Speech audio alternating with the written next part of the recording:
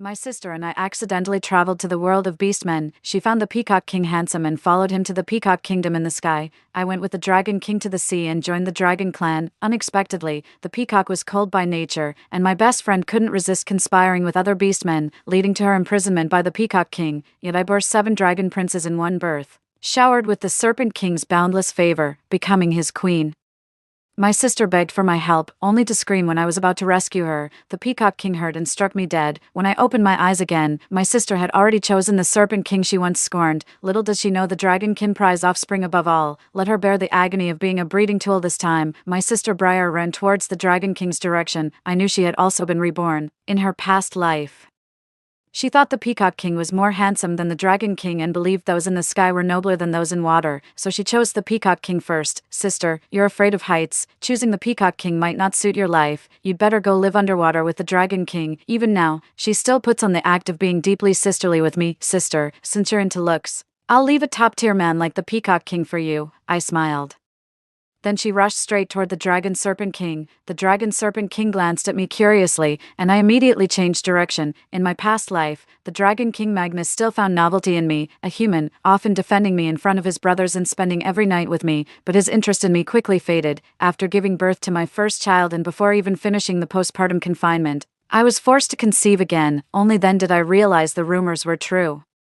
1. The dragon can place extreme importance on offspring, and female dragons must breed incessantly. Thus, in the days that followed, Magnus treated me as nothing more than a breeding tool, forcing me to bear child after child, even once delivering 7 at once. My once beautiful face became swollen and sallow from pregnancy hormones, my proud figure turned loose and saggy, and gynecological symptoms from excessive childbearing gradually emerged. Magnus grew tired of my ugliness, giving me only the hollow title of Wolf Queen while continuing to entertain other female beast folk. Briar feared Magnus might notice me again, so he blocked Magnus' line of sight toward me. I quickly moved toward the Peacock King as well. Peacock King Zephyr is truly handsome, with an elegant and noble demeanor. Mundane language cannot describe the awe I felt when I first laid eyes on him. Peacocks may be aloof, but at least they are monogamous, displaying their plumage for only one mate and having a single partner, whereas flood dragons are driven by desire and place great importance on offspring. I wonder if my sister can handle that. After all, being cherished by her husband is what she desires. Right,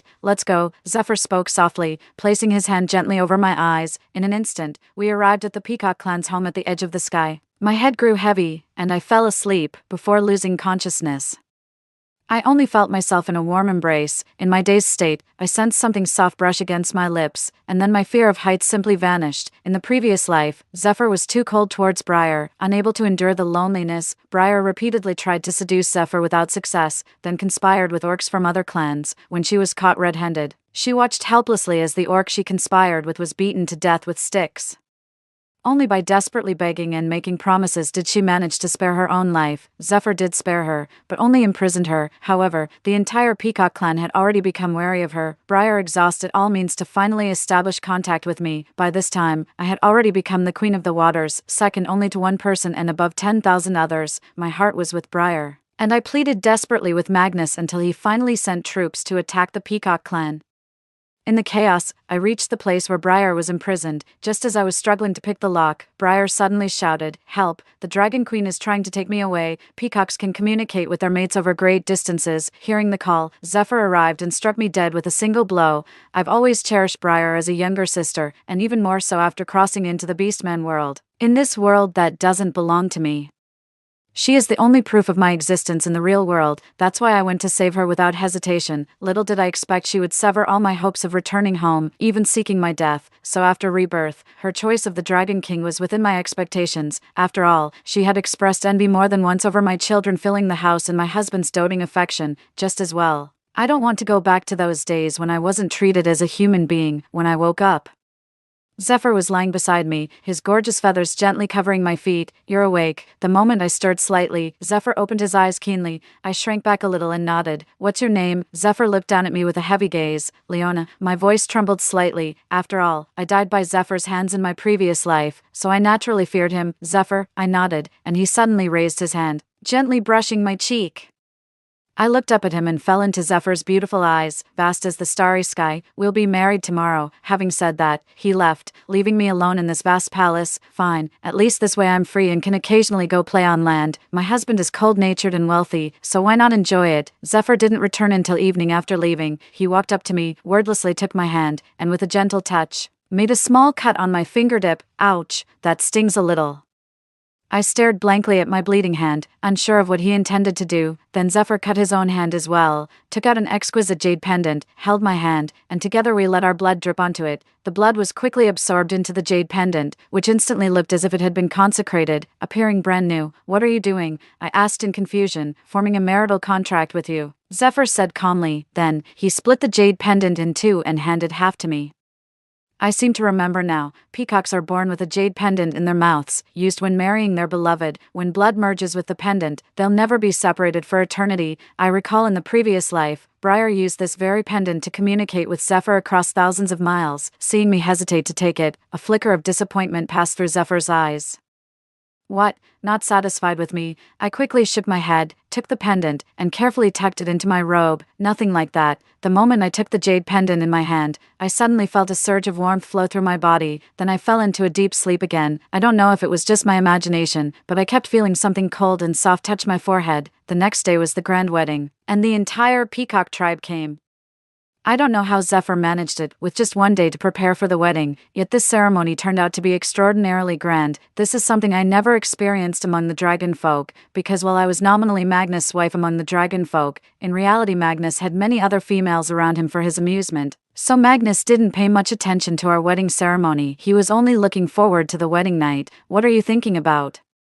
Zephyr's voice pulled me back to reality. I shook my head and stared blankly at Zephyr in his wedding attire. He was dazzlingly handsome, like a deity descended from heaven. After the ceremony, Zephyr and I sat facing each other in the bridal chamber, the atmosphere somewhat awkward. My lord, it's time for us to rest. I was the first to break the quiet atmosphere. Zephyr froze momentarily upon hearing how I addressed him. Then his ears turned slightly red. I also realized what I had just called him and suddenly felt somewhat shy. It's time to rest. Zephyr curled his lips slightly, his eyes carrying a hint of pleasure. This is something I haven't seen in so long. After turning off the lights, knowing Zephyr's cold temperament meant we wouldn't be having a traditional wedding night, I consciously kept half a bed's distance from him. Then I peacefully fell asleep, but in my half-asleep state, I felt myself enveloped in a warm embrace. Too hot, I murmured softly, then that embrace seemed to panic momentarily before quietly withdrawing. When I woke up the next day, Zephyr was already gone. The maidservant dressed me up, saying that the Peacock King had specifically instructed them to prepare human food for me. Just when I thought I'd be eating vegetarian, the maidservant served me some roasted bird meat and a plate of quail eggs. Wait, even though Zephyr is the Sky King, surely he wouldn't roast his own subjects for me to eat. Seeming to notice my confusion, the maidservant smiled and explained, "My queen, we distinguish between beast folk and ordinary animals. What you're eating are ordinary animals, no need to worry." I nodded and started eating with relief. During this time, Zephyr and I got along harmoniously, each doing our own things. He handled his political affairs while I wandered around aimlessly. After all, Zephyr had money. While strolling through an alley, I unexpectedly heard gossip about myself. "Have you heard? Our queen is actually a human. Humans can't survive long in our thin air. I bet the king has given his beast core to the queen." I felt suspicious and went back to ask Zephyr, "Husband, where is your beast core?" I asked directly without beating around the bush. Zephyr paused in handling official affairs, then looked at me. "What happened to you? When did you put this on me?" Zephyr chuckled softly. "When you first arrived." I recalled that first day when I arrived. In my dazed state, feeling something soft brush against my lips, I understood how Zephyr had transferred the beast core to me, and couldn't help but blush slightly. "But isn't the beast core the lifeblood of you beastmen? How could you just place it within me like this?" I bit my lip and asked, "We have forged a contract, bound by fate, inseparable for eternity. From now on, you are my lifeline." Who would have thought someone as aloof as Zephyr could say such alluring words? Gazing at his peerless beauty, I suddenly felt my mouth go dry. I seemed to have developed some improper thoughts about him, but I know this is wrong. I wanted to escape, so I said goodbye and tried to leave, but Zephyr suddenly grabbed my hand. Momentum sent me tumbling heavily into Zephyr's embrace. Zephyr's feathers were soft, gently brushing against my calves. I think I accidentally pressed my hand on Zephyr. The skin contact made Zephyr's neck and ears visibly turn red. I wanted to get up, but my hand kept fumbling and touching them several more times in panic. Zephyr hastily pinned down my unruly hand and pulled me up. Are you blushing? Zephyr looked at me with laughter in his eyes. Of course, he's like some kind of enchantress. I turned away angrily, refusing to look at him. Zephyr turned my body back towards him, and I suddenly noticed faint dark circles under his eyes. Have you encountered anything interesting here? Tell me about it, Zephyr asked, instead of answering him. I asked, haven't you been resting well lately? Yeah, it's an old problem. I put down the book in his hand and led him to the bed. You sleep. I'll tell you a story. I rambled on about the interesting things I'd heard these past few days, while Zephyr just smiled softly at me, his gaze tender as he listened attentively. I told you to sleep. Why are you looking at me? I suddenly felt somewhat shy. Zephyr chuckled softly, raising his hand to stroke my hair before closing his eyes peacefully. Watching Zephyr's breathing gradually steady, his usually cold expression softened. Looking at Zephyr, I felt an indescribable sense of peace. In this orc world now, the only one I can rely on is Zephyr. The Peacock has always been devoted. He will protect me. I am human. Without the strength or magic of orcs, I am undoubtedly weak. I really want to go back, but even though I searched for a lifetime in my previous life, I couldn't find a way to return. I let out a sigh towards Zephyr. I am undoubtedly filled with guilt and fear. In my previous life, it was because of my instigation that the entire dragon clan declared war on the Peacock clan. The scene of peacock and dragon corpses strewn across the battlefield still lingers vividly before my eyes. Though I wasn't openly involved in the war, I always felt my hands were stained with blood, so even if I end up being killed by Zephyr, I won't blame him. After all, I started the war, so death would be a kind of release. Besides, Zephyr treats me very well now. I just wonder, without me in this lifetime, will there still be wars? Gazing at Zephyr's serene features, I kissed him between his brows. I'm not sure if it's my imagination, but Zephyr's lips seemed to curl slightly. Briar sent a letter inviting me to her 100-day celebration. Turns out she's already given birth to a child, and it's even been 100 days. Time really flies. I looked up at Zephyr. Husband, may I go? I must definitely meet Briar. After all, she's now the queen of the. At the same time, I'm also a bit curious. If she were to relive my life in this lifetime, would she still think I'm happy? Zephyr nodded and then said, I'll accompany you, even after being together for so long. I still find myself occasionally stunned by Zephyr's beauty. Husband, will you accompany me? In my understanding, Zephyr has always been very busy. I never expected him to take time out to accompany me, especially since while he's never been stingy materially, his attitude toward me has always been lukewarm. Zephyr nodded, fed me a water-repelling pill, then transformed into a peacock form, signaling for me to ride on him. Actually, with his magical power, he could have simply teleported us directly into the sea. A surge of sweetness welled up in my heart as I climbed on and tightly hugged Zephyr's neck. The Orcish aura differs across land, sea, and air, so the moment we entered the ocean, Briar and Magnus knew and were already waiting at the entrance to greet us. When she saw me, Briar still played the role of affectionate sisters with me, warmly grabbing my hand the moment we met. But I noticed her belly had slightly swollen again. Briar's complexion didn't look great, but her heavy makeup barely concealed it. Sister, I've finally seen you again, Briar said with a smile. I chuckled along with them. Briar glanced at Zephyr behind me, seemingly surprised that he had come with me too. Then she leaned in and whispered in my ear, have you two slept together? How is he in bed? I remained silent, but didn't miss the glint of schadenfreude in Briar's eyes. It's all right. Peacocks are naturally aloof. Take your time.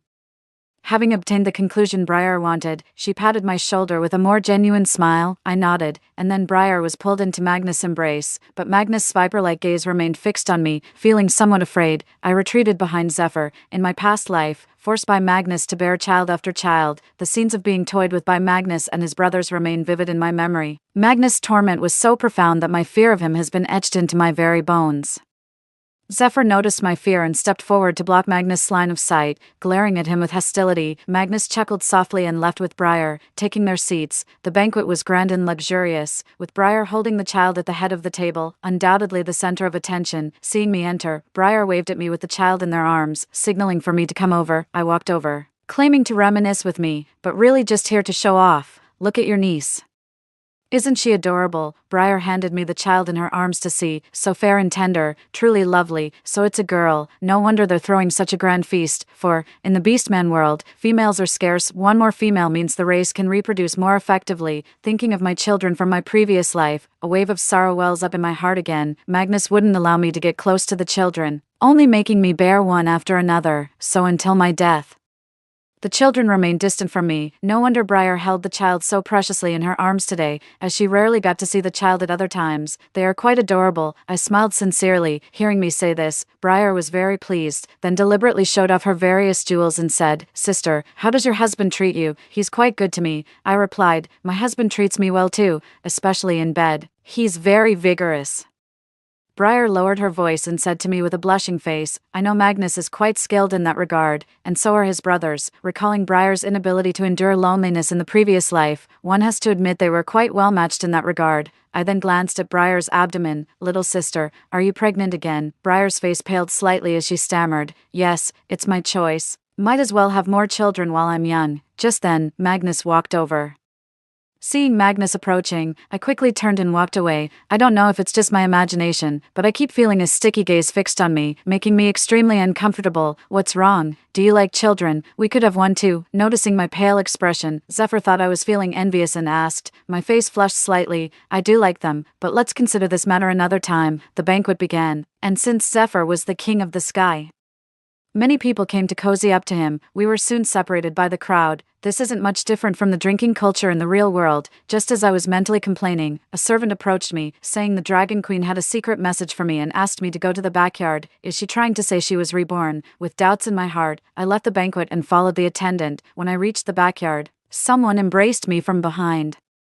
I would never forget this presence. It was the nightmare of my previous life. "Magnus." My body couldn't help but start trembling. "Let me go." I couldn't break free from Magnus' powerful embrace at all. "Leona, why didn't you choose me this time?" Magnus held me even tighter. "What are you talking about? I don't understand. You're my brother-in-law. Please behave yourself." I forced myself to stay calm. Magnus turned my body around, his large hands gripping my shoulders tightly. His sharp eagle-like gaze fixed on me. "Keep following me. How could a race like Peacock's ever serve you properly?" I struggled against him desperately, my voice trembling with tears. "I don't know what you're talking about. Let me go." Seeing Magnus reminded me of my past life, where he toyed with me like a rag, and of myself becoming ugly and sickly from constant childbirth. "Stop pretending. Leona, you were always mine." A dark surge flashed in Magnus' eyes as he tried to bite my lips.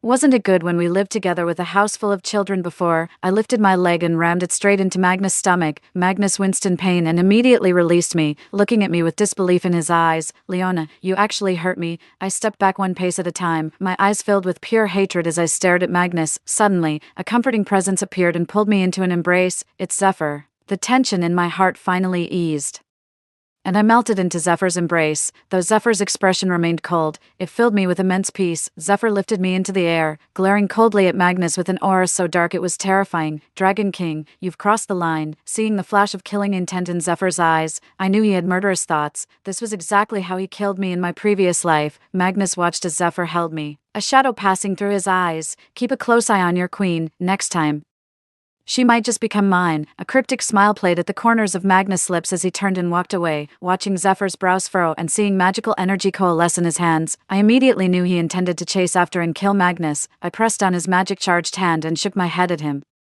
Only when he saw my expression did the murderous glint gradually fade from Zephyr's eyes. "The ocean is Magnus' domain. Even if we kill Magnus now, Zephyr and I would have great difficulty escaping from the sea." Then, Zephyr held me in his arms, ready to go home. Just at that moment, Briar walked over. "Sister, are you going back now?" Seeing Zephyr carefully holding me in his arms, a flash of jealousy crossed Briar's face.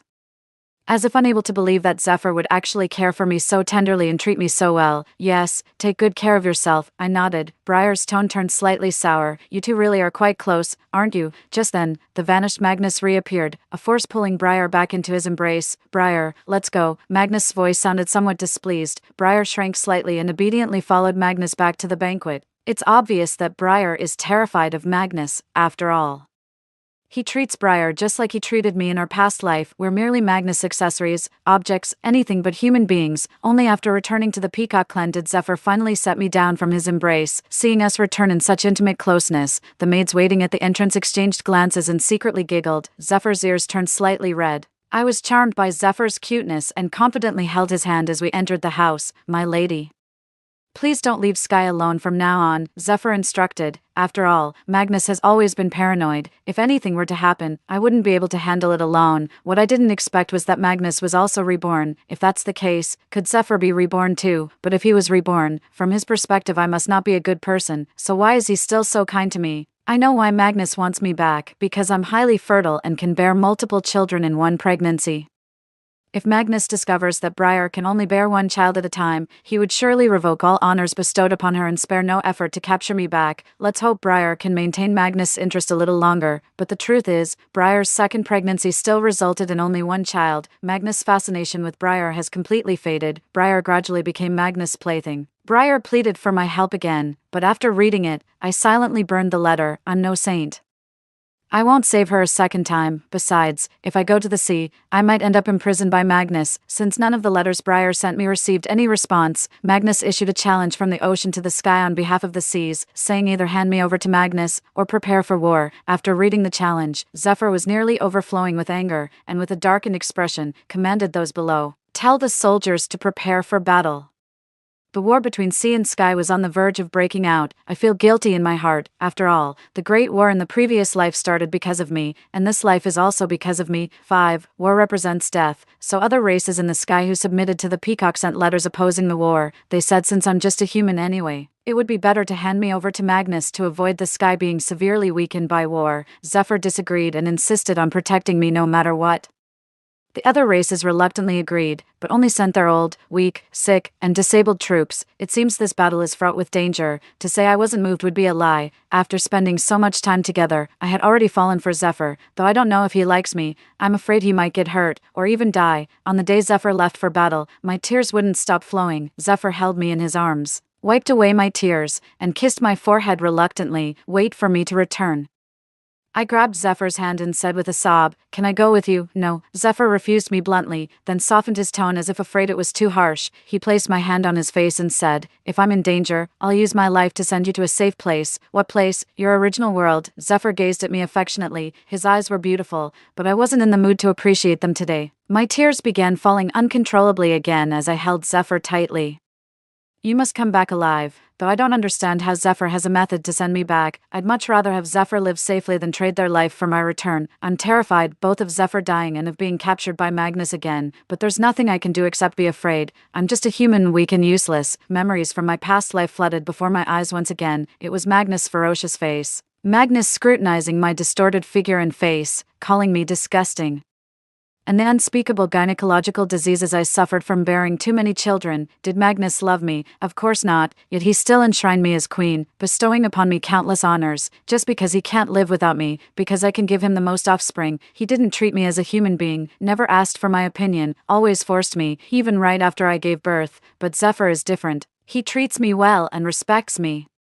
Though I don't know if his kindness is just out of respect for his wife, I still think Zephyr is an exceptionally good person. Falling for such an exceptionally good person is only natural, right? My lady, take care. Zephyr wiped away my tears once more, pulling me out of the painful memories. Zephyr gave me one last reluctant glance, handed me over to the maids behind him, and left without looking back. The maids held me firmly, preventing me from following Zephyr. I was back in the bedchamber.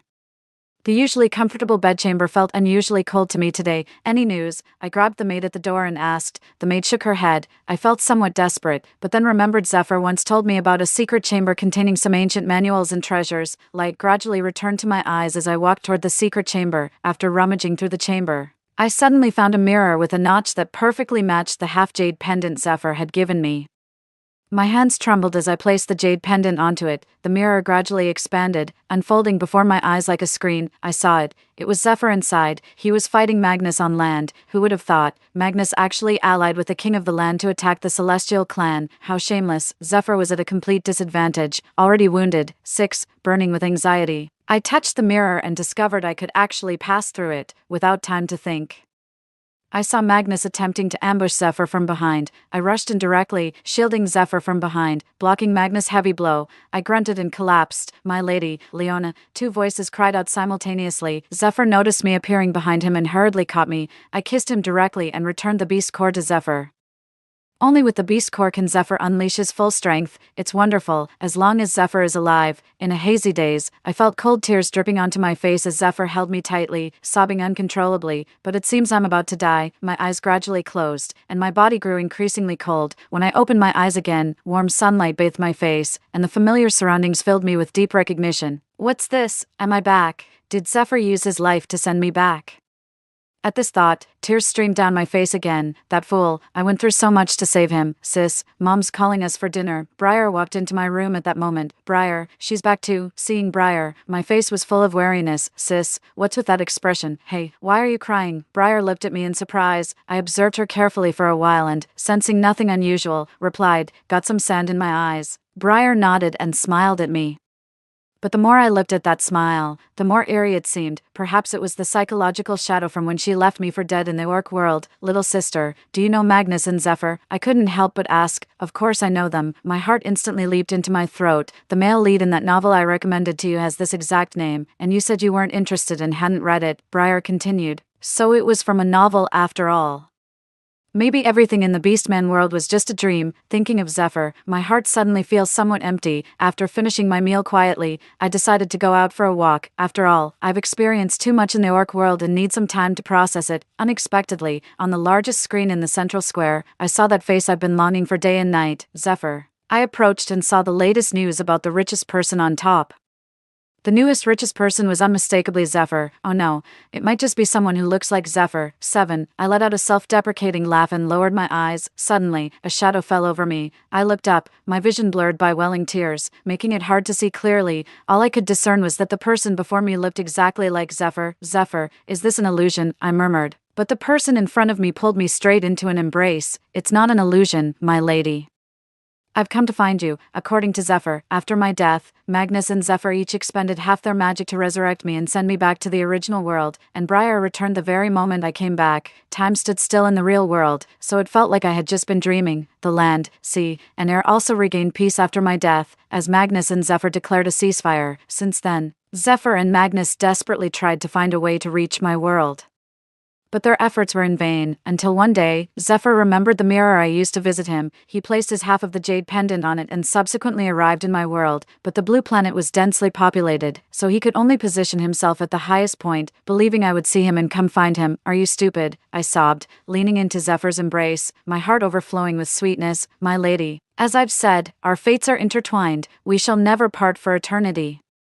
Zephyr held me, gazing at me as if beholding some long-lost treasure finally returned. Then I asked him again whether he knew about the reincarnation. He said he did know. That's right, all 4 of us have been reborn. Then why are you still so good to me? I asked, somewhat puzzled. Zephyr smiled gently and explained that after killing me in his previous life, he discovered it was Briar who had framed me, filled with remorse. He decided to treat me well in this new life.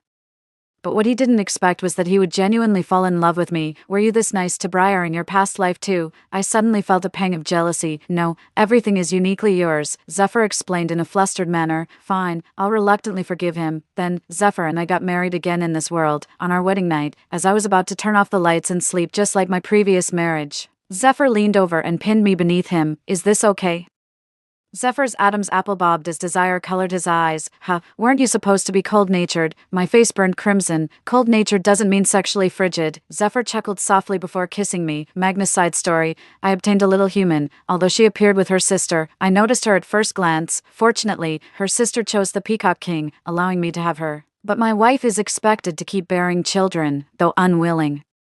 It's tradition and I can't do anything about it. I didn't know she actually disliked this. Her constitution is special. She can bear multiple children in one pregnancy. She bore many children for me, but in doing so, she became ugly and fat. I admit, I don't love her as much anymore, but she is still my queen, and her children will still be the next rulers of my sea clan. So when she proposed to attack the Celestial clan, I agreed, but she died at the hands of the Peacock King.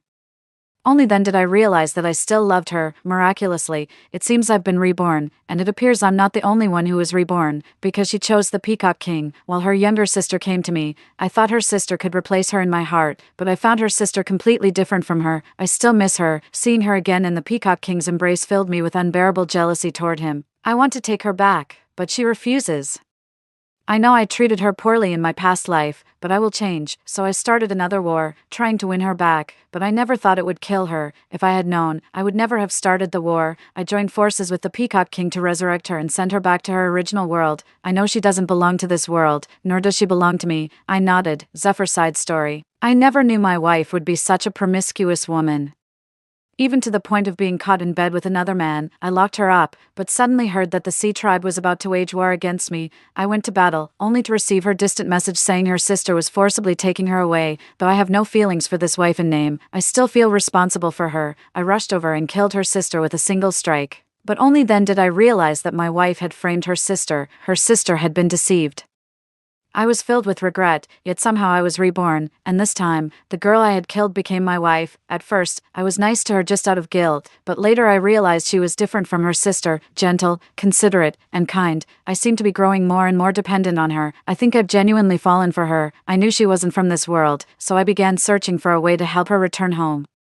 But then I learned that I would have to sacrifice my own life to send her back. I do not fear death, I just fear that I will never see her again. The sea tribe, just like in my previous life, declared war on me and even targeted my wife. Of course, I had to fight back, but why was she so foolish, sacrificing her own life for me? The Dragon King also looked incredulous. The war stopped the moment my wife died, a life for a life, just as I was about to use my own life to revive her and send her home. The Dragon King stopped me. The two of us each exhausted half our magic power to send her home, but after that, my longing for her only grew stronger. I want to see her, to go to her world and find her. I tried every possible method, but nothing worked. 8. Suddenly I remembered that day during the war, the image of her descending from the sky, so I also found that mirror and placed the jade pendant on it. I've truly entered her world, but the timing was several months too early. This world is too crowded. Finding her is like searching for a needle in a haystack. Then let me make myself shine brightly, so she can see me and know I've come looking for her. On the day she woke up, I waited eagerly. Sure enough, she appeared. With a nervous heart, I stood before her as she rushed into my arms in tears. Leona, I've missed you so much. So are you. Story 2. After the zombie virus broke out, my sister and I found 2 crystal cores, between the metal ability and the healing ability.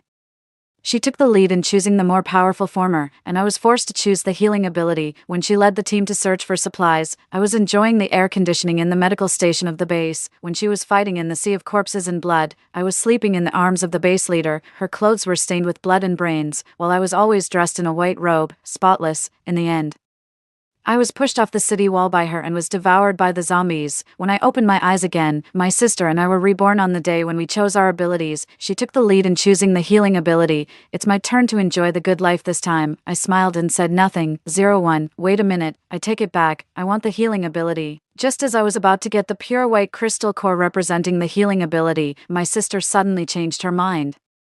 I knew that she was reborn too, but it seemed that she didn't know that I was reborn as well. It was the second day after the zombie outbreak, and we found the body of a researcher in the corridor of the apartment. The body was already cold, and there was a damaged password box next to it. We tiptoed and carried the box back to the shared house, and opened it effortlessly. Inside were 2 crystal cores, 1 gold and 1 white. There were small words next to them that read metal and healing.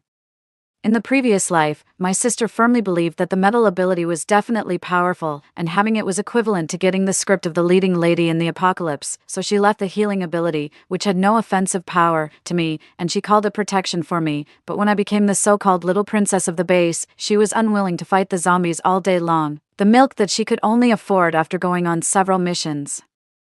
I could easily get just by moving my fingers. Even Arthur, the leader of the base, became my admirer. Such a huge disparity in treatment finally shattered her hypocritical facade. Rory, why do you deserve all this? I've risked my life for the base countless times. Clearly, I've made a greater contribution to the base. Why do you get the leader's favor? In fact, I didn't have a good life, and I disdained anyone's favor. My sister and I were both orphans and had depended on each other since we were children, so I instinctively wanted to explain, but the person in front of me had been carried away by the anger of jealousy, and my tragic death was the most satisfying way for her to vent her anger. In the end, my own sister didn't hesitate to push me off the high wall of the base. Outside the high wall, there were continuous roars and dense zombies. The fear came before the pain. Then came the intense pain as my limbs and all the skin on my body were gnawed on. If I could do it all over again, I would definitely drag her to hell with me. 02. When I opened my eyes again, my sister and I were reborn on the day when we chose our abilities. I lowered my head and recalled the experiences of my previous life, and I didn't respond to her request for the healing ability for a moment, but she mistakenly thought that I didn't want to give it to her. This made her even more convinced that the healing ability was a rare and good thing, so without saying a word, she rushed towards me excitedly, snatched the crystal core and swallowed it directly. It's my turn to enjoy the good life this time. You just wait to deal with those disgusting things every day. Feeling disgusted, I shrank away from her, avoiding her touch. There was only 1 golden crystal core left in the box. That was the power that I had yearned for in my previous life. Seeing that I didn't take it immediately, Nova's expression became even more triumphant. "Don't worry, sister, when I become a famous person in the base, I will definitely take good care of you." She gritted her teeth and squeezed out the words, "take good care of," and her wide open eyes seemed to want to devour me alive. So what if she was reborn? My silly sister was as stupid and selfish as ever. I looked submissive and said, "Then I'll have to trouble you, sister. We have plenty of time ahead." 03. The next morning, Nova was still in her dreams, but I opened my eyes. I took out the golden crystal core that I hadn't taken yet. It sparkled with a sharp luster in the sunlight. At first glance, it looked no different from the day before, but if you compared it carefully, you could find that the transparent film that originally wrapped around the outside of the crystal core had disappeared. This layer of film was almost integrated with the crystal core itself, and it was very difficult for ordinary people to notice anything unusual. If I hadn't known the inside story in advance because of my rebirth, I'm afraid I would have made the same mistake again. At that time, I was regarded as a mobile human medical tool, treating the wounded day and night, regardless of the weather, until my ability was exhausted, then recovered, and exhausted again. Using my ability a lot made my ability level rise rapidly, and I gradually discovered the problem in my ability. Every time I used my ability one more time, I could feel the failure of my internal organs more clearly. Later, I learned that in order to prevent others from stealing the crystal core, the researchers added a colorless and odorless poisonous film to the surface of the crystal core. There was no problem with contact, but taking it directly would lead to severe poisoning.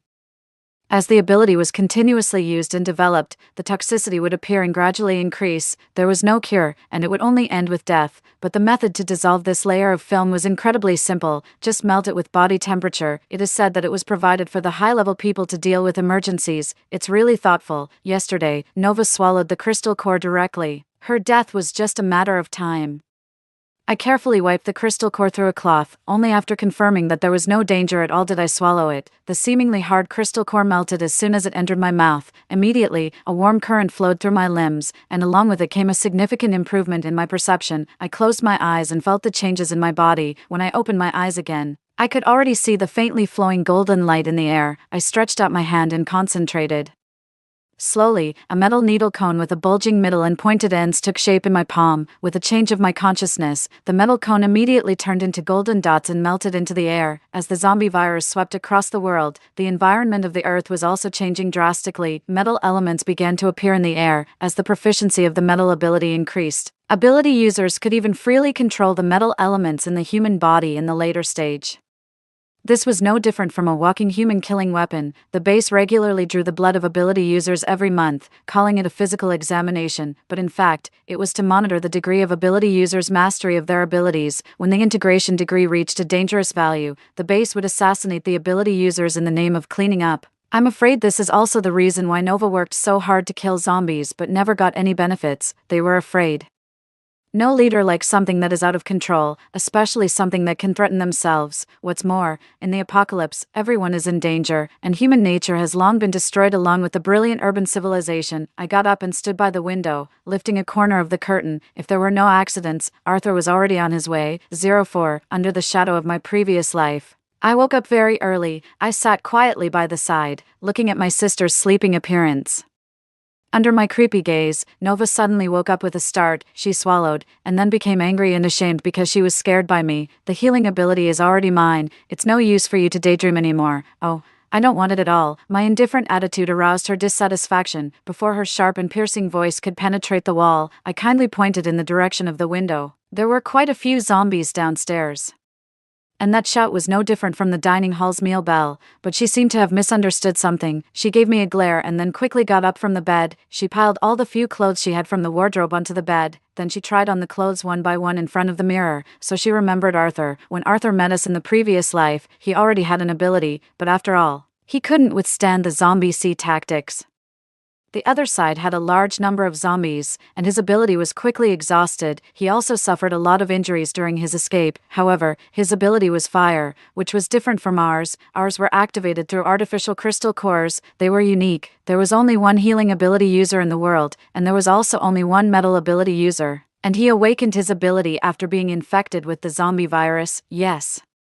There was a certain chance of awakening an ability after being infected with the zombie virus. Therefore, many crazy people went forward one after another. They didn't want to be subservient anymore, and they didn't want to live in humiliation. They shouted that it was better to take a gamble than to live a cowardly life. In the end, most of these people became members of the zombie army. While thinking, Nova finally chose her clothes. After hesitating for a while, she said, "Sister, let's go out and find food quickly. In the previous life, when my sister and I went out to look for food, we accidentally saved Arthur, who was being chased by zombies. Of course, my sister wanted to go alone, so that she could monopolize the favor of the future base leader. She could do that in the previous life, but now, she had to drag me along, because the person who now had the powerful metal ability was me, 05. There was a medium-sized supermarket near the apartment.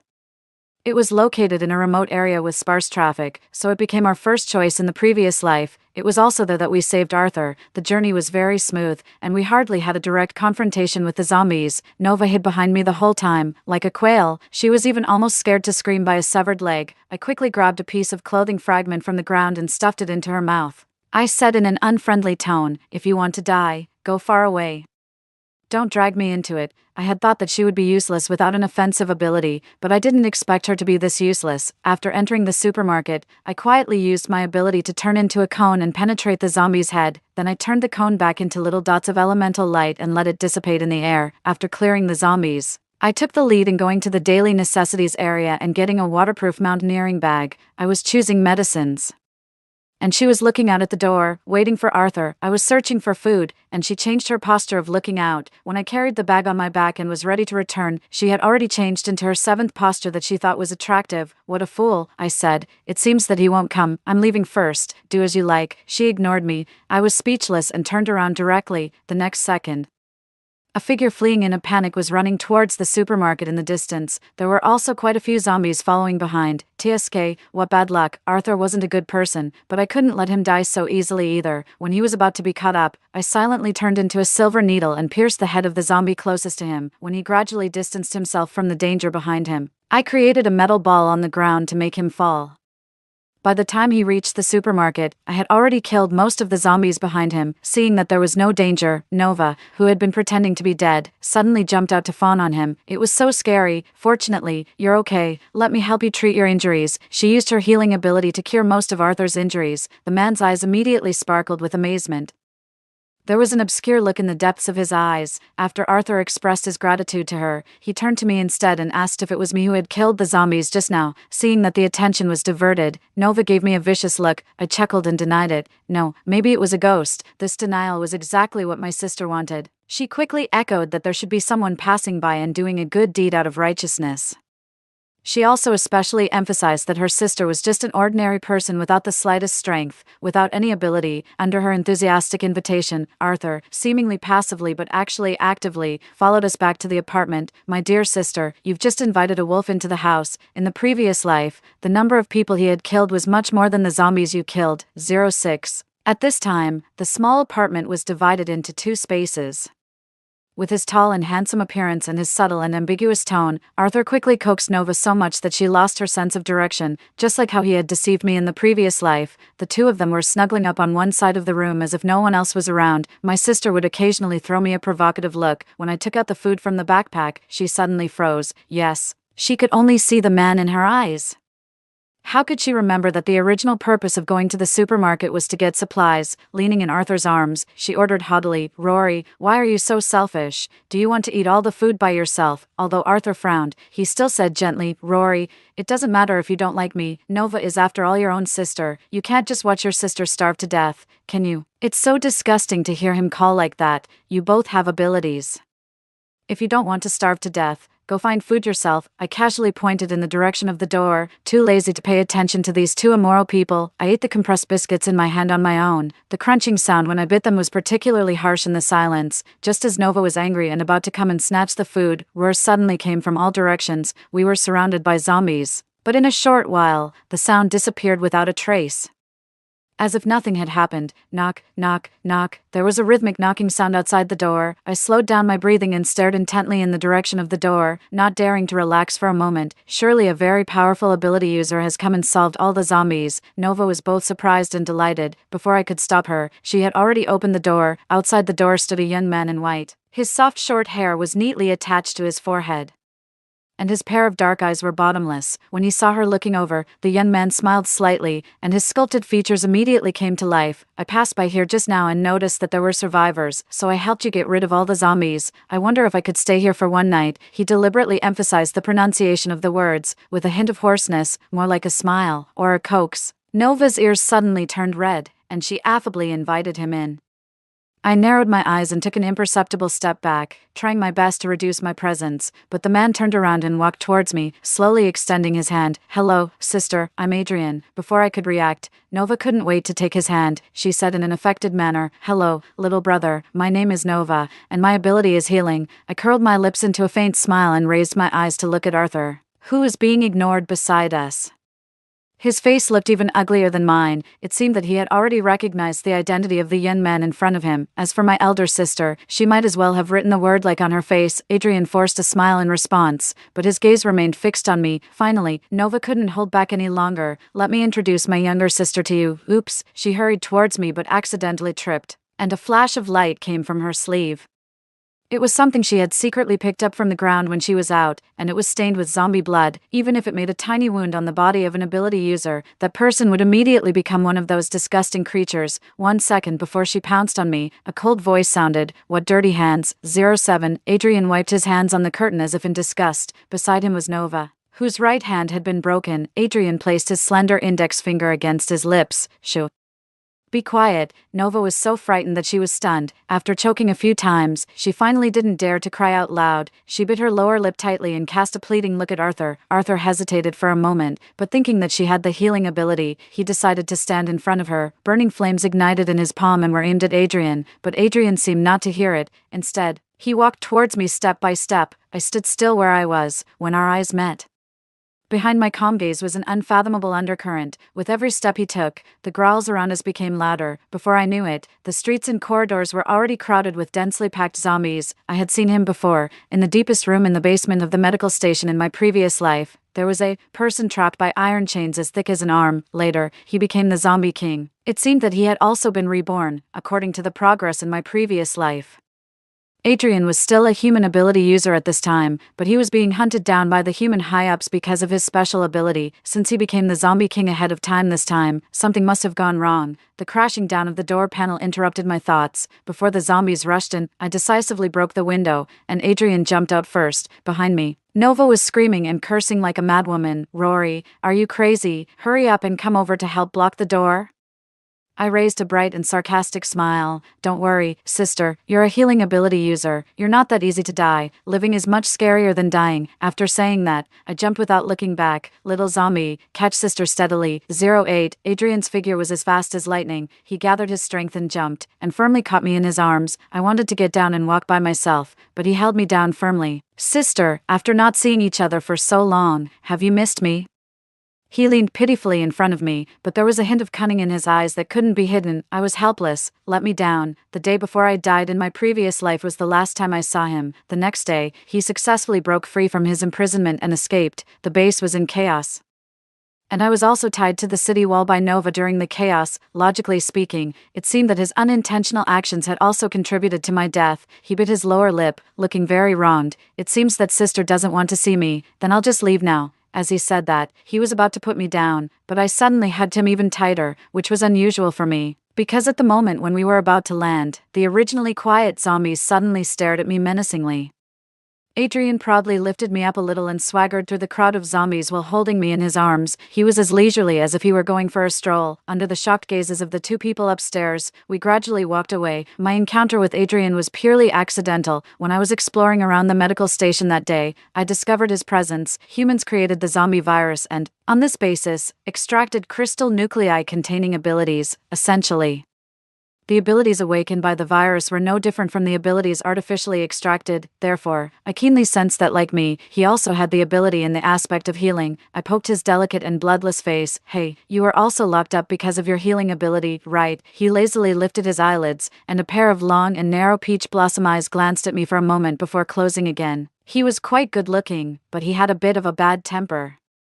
I didn't give up and poked his face on the other side. You look younger than me. I'll call you little brother. Little brother, what did you do wrong to be beaten like this? If you're obedient like sister, you can avoid a lot of suffering. Finally, he was so annoyed by me that he bared his teeth at me. My ability is regeneration. Anyone who gets close to me doesn't live long. I advise you to get as far away as possible. He was like a small animal whose tail had been stepped on. Perhaps it was the mutual understanding and sympathy between healing ability users. Since then, I would always find an opportunity to sneak in and visit him. Sometimes I brought a steamed bun and a glass of milk, and sometimes I brought a flower. Of course, there were also times when I went empty-handed, and I would just tell him about what happened outside. From the initial mind your own business to later calling me sister all the time, slowly, I became more and more familiar with Adrian. I also learned from him about his tragic experiences. Unlike me, his regeneration ability was passive. He couldn't output his ability like I could, but he could make himself immortal. Even if only his head was left, Adrian could regrow a complete body. Because of this, his flesh and blood were supplied to the human high-ups to fulfill their dream of eternal life. Ordinary ability users couldn't be infected with the zombie virus for the second time, otherwise they would completely mutate. But Adrian was different. He had a strong resistance to the virus, so the high-ups injected the virus into his body many times to promote the research of the vaccine. Unfortunately, he didn't make it through. In the end, he became the zombie king, half human and half zombie. Those greedy people were always like this, trying to control everything that couldn't be controlled. In the end, they could only reap what they had sown. 09. The once glorious city cluster now only had one building in the city center still standing. In the presidential suite on the top floor, Adrian and I sat facing each other. He called a few zombie minions to bring a basket of fruits, and he picked an apple from it and started peeling it. Sister, now that I've become the zombie king, I'm not afraid of being caught by them. As he said that, he proudly raised his chin. As if waiting for my praise, I rubbed the center of my brows. So you deliberately turned yourself into this neither human nor ghost state. He nodded like a puppy, as if there was a fluffy big tail behind him wagging excitedly. I frowned even deeper. Didn't you think about what would happen if you failed? What would happen if you completely turned into a mindless zombie? After hearing what I said, the light in his eyes became even brighter, and he happily moved closer to me. Is sister caring about me? I felt exhausted. Seeing that my face was gradually turning ugly, Adrian became serious in an instant. I was wrong. I promise I won't do it again. How about sister? You hit me. He spoke sincerely, but he didn't stop making small movements. He was almost leaning against me. I sighed, pushed his head away, and then took the apple from his hand. I quickly stuffed it into his mouth, under his mournful gaze. I lovingly rubbed his hair to comfort him. The next second, my face became serious again.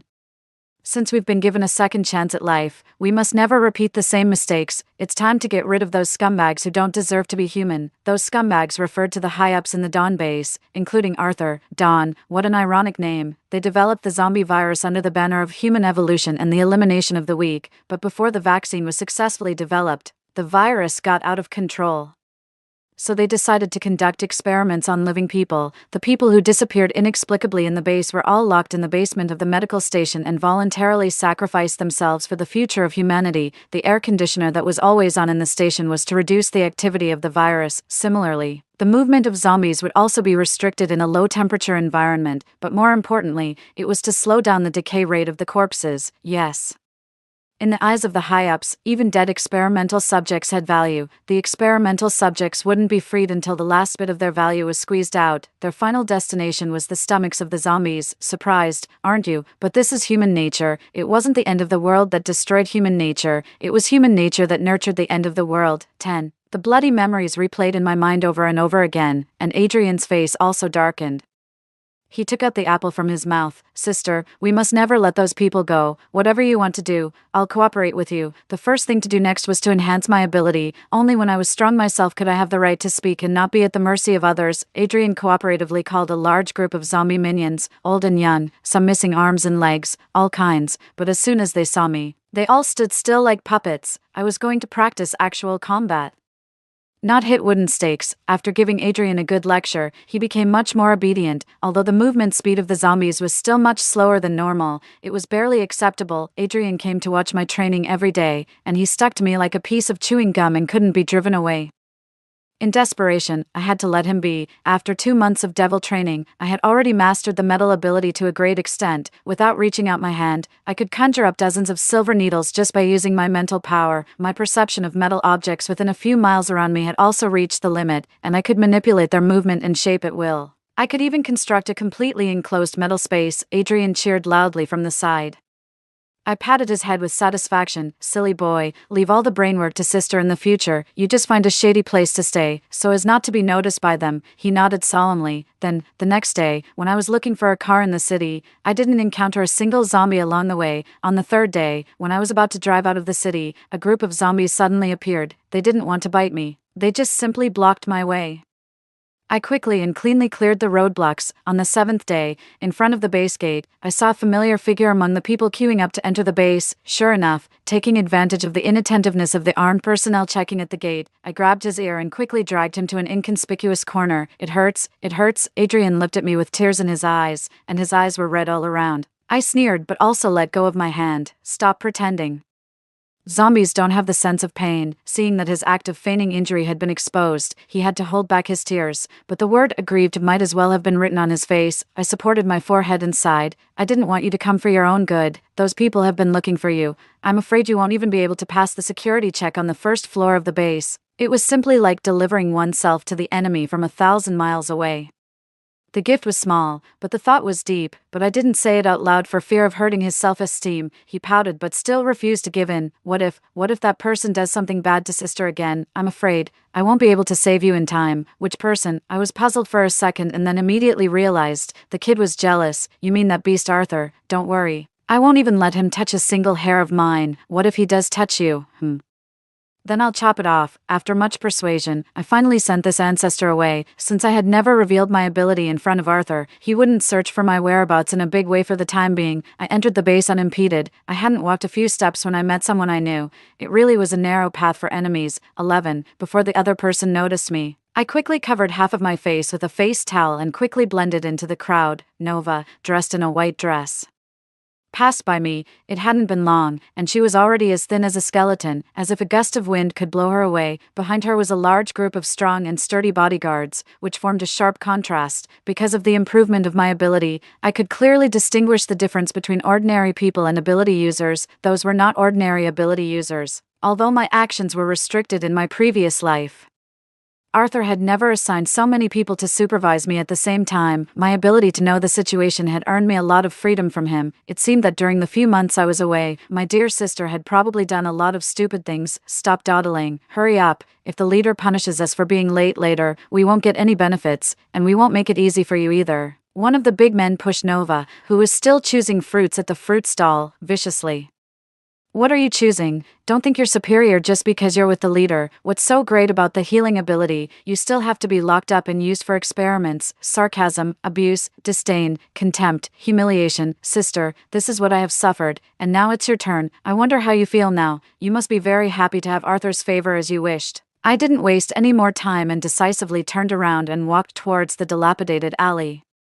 The person behind me was roughly pushed to the ground, while my steps were brisk and light. We all have our own futures. Sister, open your eyes and take a good look. This is how the most powerful ability in the apocalypse is used. 12. It was still quite bright when I arrived, which was not conducive to sneaking around, so I wandered around the alleys where the poor lived for a long time, waiting for the night to fall. This was the area with the weakest supervision in the entire base. Most of the people living here were ordinary people without power or influence, mostly the elderly, children, or those with disabilities, but it was rare to see young and strong men and young women. Most of the former had become bait to attract zombies, losing their lives in the bellies of the zombies, or had been pressed into service as conscripts, doing the hardest and most tiring work in the base. Those who were unlucky became experimental subjects, unable to live and unable to die. As for young women, their fate was no better than Nova's. The beautiful ones were raped, and those who were not good-looking were dragged away to do manual labor. Their final destination was without exception the herd of zombies. To facilitate research, the people above had deliberately raised a group of zombies, specifically for experiments. At the same time, in order to better maintain the activity of the zombies, It was necessary to continuously provide fresh flesh and blood, thus. There were continuous disappearances of people. Perhaps some people had already noticed something was wrong, but so what? The sun still rose as usual. Before the darkness eroded them, they pretended that everything was bright. Everyone was deceiving themselves. I simulated the action route in my mind over and over again, until I was sure there were no mistakes. The thick night had already shrouded the entire land. In my previous life, I had tried to escape. So I secretly memorized the range of all the surveillance cameras in the base, but my ability was too weak, and with the toxicity taking effect, I had to give up. This time, I successfully avoided the inspections of all the informants and managed to sneak into Arthur's room. He was very perceptive and regained consciousness immediately even though he was in a state of sleep. Unfortunately, in a battle, a single second could mean the difference between life and death. It's you, Jean. He was too late. I controlled the blade to cut off his tongue to prevent his cries from attracting unnecessary trouble. At the same time, I conjured up 4 metal cones as thick as a calf's leg and nailed him to the bedboard. I completely severed his tendons in his hands and feet. I put my hand to my mouth. Shoo, if you beg for mercy, I'll be even harsher. When those innocent people knelt down and begged you not to use them for experiments, did you show any mercy? Arthur stared at me like a madman, his whole body shaking violently, and he even lost control of his bladder and bowels. Look, whether it's the victim or the perpetrator, when faced with a threat to their lives, their subconscious reactions are the same. The villain holding the butcher's knife is also a coward who is fierce on the outside but weak on the inside. There was a smile on the corner of my mouth. By the way, I am indeed a metal ability user. Congratulations, you guessed right. So what reward should I give you? How about calling a little friend to liven things up? After saying that, I opened the window of his bedroom, and a zombie eagle flew in from outside. While I was improving my ability, Adrian wasn't idle either. He had developed his mental power to a very high level and could now control all things infected by the virus at will. When he wasn't by my side, it was through this eagle that we communicated with each other. I stretched out my hand, and the zombie eagle docilely retracted its claws and stood obediently on my left arm. You've had a hard journey, now it's time for a meal. As soon as the words fell, the zombie eagle immediately regained its cruel and bloodthirsty nature and launched a one-sided massacre against Arthur on the bed. After the buffet was over, only a large black hole was left on his chest. He lay on the bed, barely breathing, with more air going in than coming out, but I am a cautious person. After confirming that he had no more breath, I specifically cut off his head and let the zombie eagle carry it back and play with it like a ball. Sister, it'll be your turn soon. 13. I entered Nova's room through the window. She didn't even lock the window, which saved me the trouble of breaking it by force. A crescent moon hung in the sky, casting a silver light.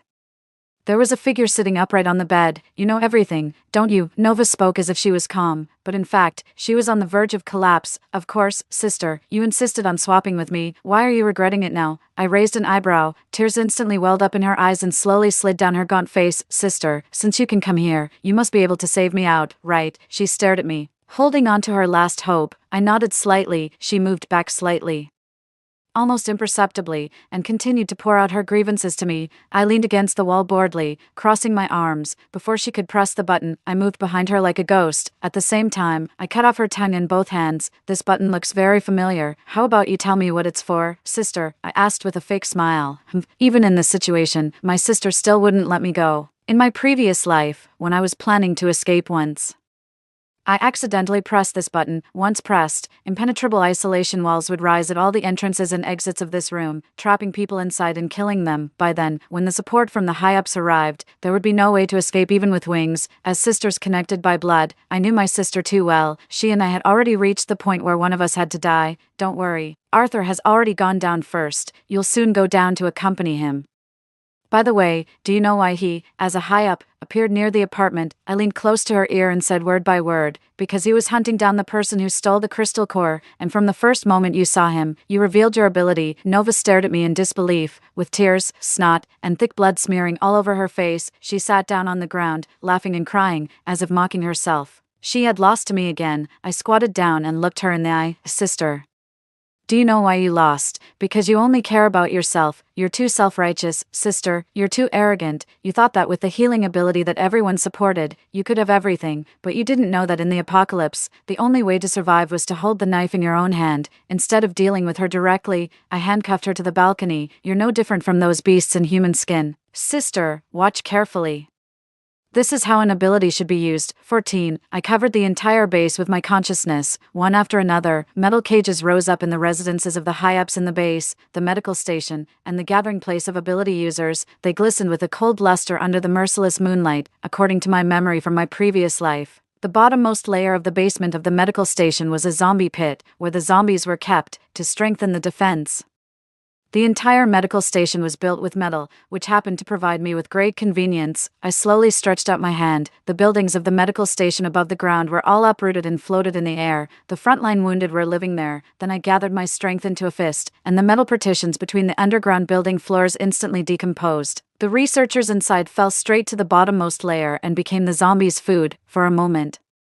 Cries of pain filled the air. After I dealt with the zombies in the pit, Adrian also arrived in time. I curled my lips into a smile. You're just in time. There were still some high-ups that needed to be dealt with. The wealthy area of the base. The commotion just now had woken everyone up. Under the protection of fully armed soldiers, those pot-bellied high-ranking personnel were hurriedly evacuating. I raised my hand, and the gun barrels that were originally aimed at me and Adrian instantly turned in the opposite direction. All the lackeys who were helping the evildoers were shot in the head. One of the high-ups recognized Adrian and his eyes were filled with greed. No matter who it is, as long as you catch him, you'll be rewarded with 100 crystal cores. Instantly, the wind of a fist blew past my ear. The next moment, screams rang out one after another. The zombie eagle that was originally hidden in the night revealed its true appearance. I protected Adrian behind me, and the scene in front of me was like a purgatory. When some of the high-ups were about to escape from the chaotic crowd, metal walls rose up from the ground, cutting off all the remaining people's hope of survival. Half an hour later, there were white bones everywhere. I stretched out my hand again, and all the metal cages instantly disappeared. When I went to the balcony again, Nova was already dead. The biggest cancer had been eradicated, and there was only one last thing left: eliminate all the zombies, and also deal with myself. 15. 2 months later, the Dawn base. Oh no, it should be called the Happy base now. There was a new human leader there. It didn't matter who it was, and I didn't care either. In a way, having experienced 2 lives, I could be considered indifferent. I didn't have a strong sense of identity or belonging to any specific human base. All I did was just because my morality was intermittently noble. Some humans were disappointing, but the human race didn't deserve to be exterminated. On a sunny morning, I sent an invitation letter to all the human bases, inviting them to witness my death. A tree that stands out in the forest is sure to be struck by the wind. In the past 2 months, the human bases had extended an olive branch to me again and again, hoping to restart the research on the virus and abilities to save all of humanity. I refused all of them, and as expected, I was hunted down. Only by dying without a burial place in front of them could they completely give up. So that there wouldn't be a second Dawn base, there were many people who came to observe, and among them were those who still wanted to win me over. There was a steep cliff, and below was the churning and roaring magma. Under the eyes of everyone, I unleashing power like crazy. Roar. Actually, I hadn't been doing well, and I disdained anyone's favor. People have the tendency to flock to the strong, and zombies are the same. Plus, the virus and abilities originally came from the same source. Therefore, the stronger the ability, the more attractive it is to zombies. I stood on the edge of the cliff, my eyes blurred by the hot air blowing up from below. I jumped off, then a figure rushed over in a hurry and jumped down without hesitation. There was a huge crashing sound in the magma, and sparks flew everywhere. With the mental control of the Zombie King, the zombies all over the world seemed to be greatly summoned and rushed here like crazy one after another. Then they fell into the boiling magma one by one and disappeared without a trace, until the last zombie on Earth fell into the magma. Thus, the zombie crisis was completely over. 16. Extra story. The process of falling was much longer than I had imagined. Countless splashing magma and rock debris were flying in the air. I was just about to activate my ability when I was startled by the person who suddenly appeared in front of me. It was Adrian. Before taking action, I told him the whole plan of faking my death. The Zombie King desired abilities more than ordinary zombies.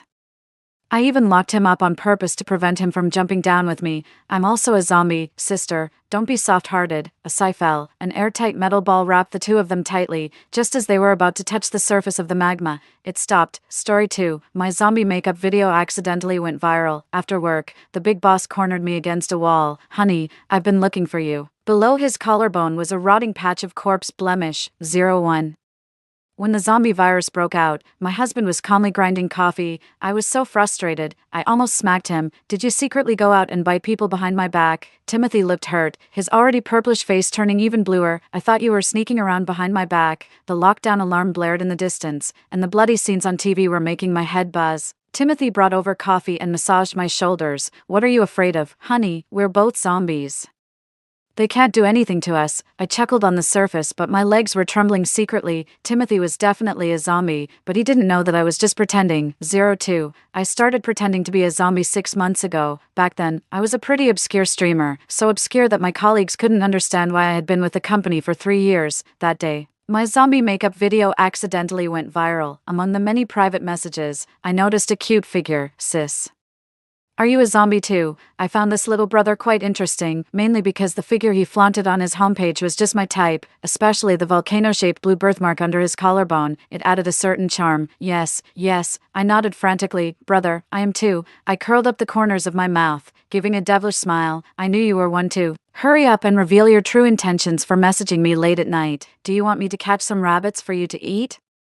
Ha, taking the innocent route. Sister has 2 white rabbits at home. I can give them to you. That's so like me. From then on, I and the brother chatted passionately. By the 3rd day, we were calling each other hubby and wifey. I am a cultured streamer who never flirts with fans, except the handsome ones. 03. Then, I was reported by a colleague. I was so obscure. Why would you report me? I will never be happy again. After work, the big boss called me to his office. I thought, is firing me such a big deal that it troubles the boss? Looking at his sculpted profile, my DNA stirred fiercely. I had been admiring him from a distance for so many years, never expecting him to be so handsome up close. That was the first time Timothy and I talked face to face. He stared at me silently, his long legs crossed, lazily leaning against the floor-to-ceiling window. We stared at each other for 10 minutes. Boss, isn't that pose tiring?